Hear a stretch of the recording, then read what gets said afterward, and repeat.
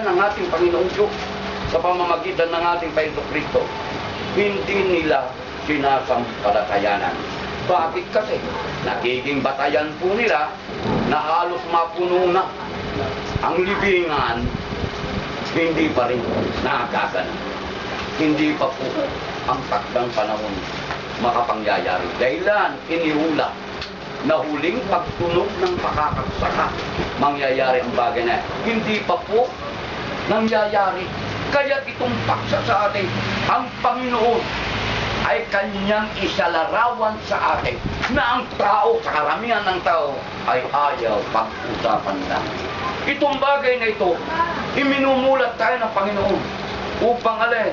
Upang maliwanagan mo at maunawaan ang kamatayan at ang kanyang pangakong buhay na walang hanggan, na karamihan sa tao ay ayaw pag-usapan lang o bigyang halaga ang bagay na ito. Dahilan, pag sinabi mo kapatid na darating ang araw ng paghukom ng Amang Diyos, ay sinasabi na ng tao, nananakot naman daw tayo. Kaya tunay, hindi pinapahalagaan ang paksang atin pong pagsasaluhan sa hapon ito. Ang katanungan, saan nanggaling ang kamatayan ng tao? Ito na po kapatid.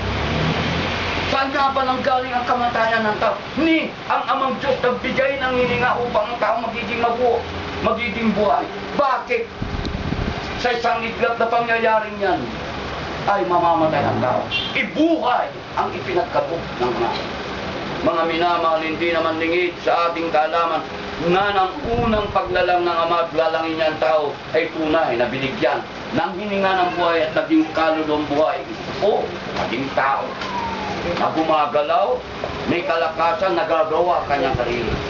Itinalaga sa lamanan ng Eden.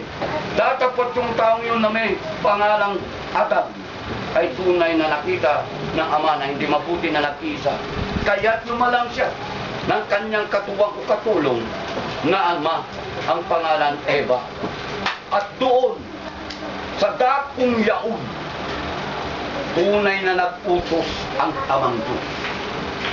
Sa lahat ng punong tunay na namumunga at makakain, malaya ang tao upang kumain. Datapwat, yaong punong kahoy na nagbubunga sa gitna ng halamanan na huwag kainin dahilan punong kahoy ng pagkalam ng mabuti at masama dahilan pagkakain doon manggagaling ang kamatayan.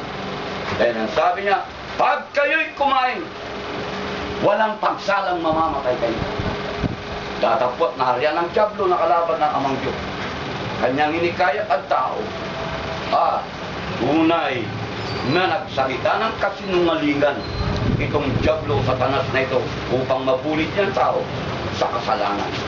Kaya dito kapatid, saan nga ba nanggaling ang kamatayan ng tao? Ating alamin, ayon sa aklat o sulat ng Apostol Pablo sa mga taga-Roma, Kapitulo 5, talatag 12 o 14. Kaya kung paano na sa pamamagitan ng isang tao ay pumasok ang kasalanan sa sanglibutan at ang kamatay sa pamamagitan ng kasalanan, at sa ganito ang kamatayan ay naranasan ng lahat ng mga tao sapagkat ang lahat ay nangagkasala. Bagaman ang kamatayan ay naghari mula kay Adam hanggang kay Moises, kahit doon sa hindi nagkasala man ng tulad sa pagsalansang ni Adan na siyang anyo niyang darating. Kita niyo kapatid, sa isang tao pumasok ang kasalanan at ang kasalanan yon nagbunga ng kamatayan. Na dito sa pagsalansang ng isang tao, lahat ay naging makasalanan. Datapwat kahit hindi nagkasala, kaya ng mga bata kapatid. Sa banal na aklat, walang kasalanan ng bata ni kahit gumagawa siya dahil hindi niya alam ang mabutit ng masama, tunay na mamamatay. Bakit? Sa tunay na anyo at larawang katawang lupa ang bata. Kaya dito kapatid, sa pagsalangsang sa utot, yun ang pinanggalingan ng kamatayan.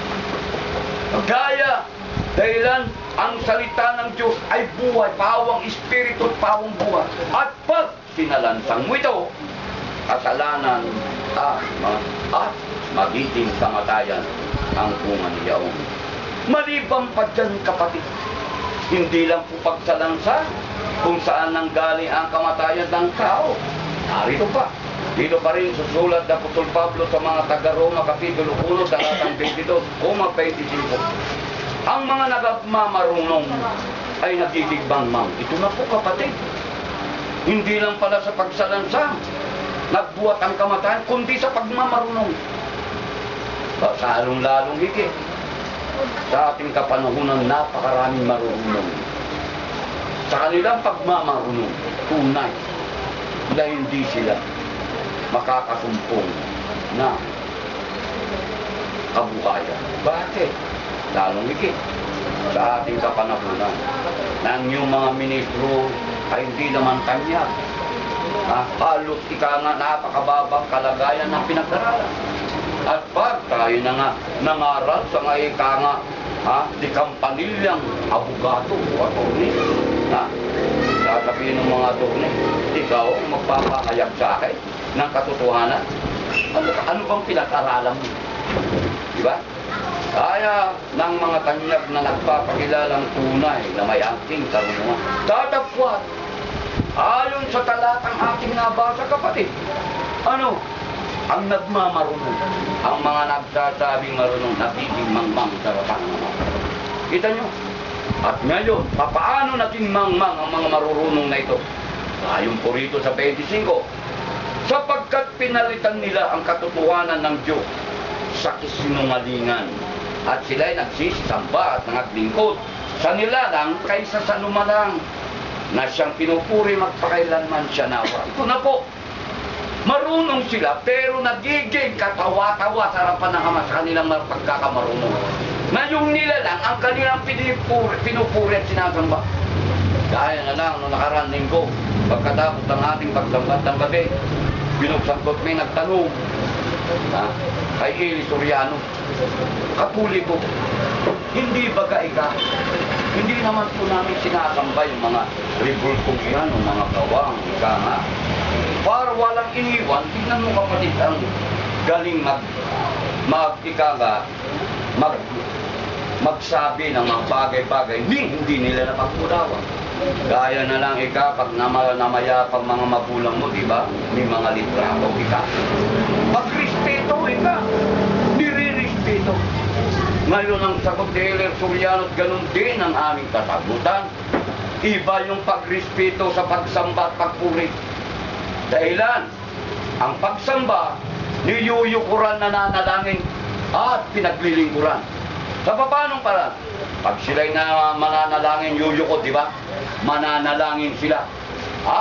Binibisan, nilalagyan ng anong bagay, na pinaglilingkuran, binibisan, nilalagyan ng kandila, nilalagyan ng pabango, iba't iba pa. Napalamutin. Ngayon ang tanong, yung sinabi ng respeto sa larawan, bakit? Pag nakita mo yung larawan ng iyong mga magulang na sinasabi mo rin respeto mo, yumuyukod ka ba? Nananalangin ka ba sa kanya? O, tunay ka ba din? Na yung larawan, respeto, tama. Pero, yung ginagawa, hindi respeto, kundi pagsamba. Kailan kahit sa pananlakla, ang mga apostol, kaya ng kapitan na si Cornelio, nagpatira pa o yumukod kay Apostol Pedro. Dapat po, sabi ng Apostol Pedro, huwag mong gawin yan. Parehas lang tayo sa harapan ng Ama. Ang mga anghel, nang isugo ng Amang Diyos, ang mga tao yumuyukot, tatapot, sabi ng anghel, huwag mong gawin yan. Parehas lang tayo. Nakita mo, kapatid, yung ribultong-luluran nila, nananalangin sila. Yan ang mga bagay na pawang kasinungalingan. Yung katotohanan, pinalitan nila ng kasinungalingan na nagsasabi, marunong sila, pero sa harapan ng Amang Diyos, mangmang. Kaya ayon dito po sa Roma Kapitulo 6, talatang 23, ang katumbas ng kasalanan, kamatayan. Kaya kamatayan na nag-aaral sa tayo. Na ito, ay paunang kamatayan lang na ayon kay Apostol Pablo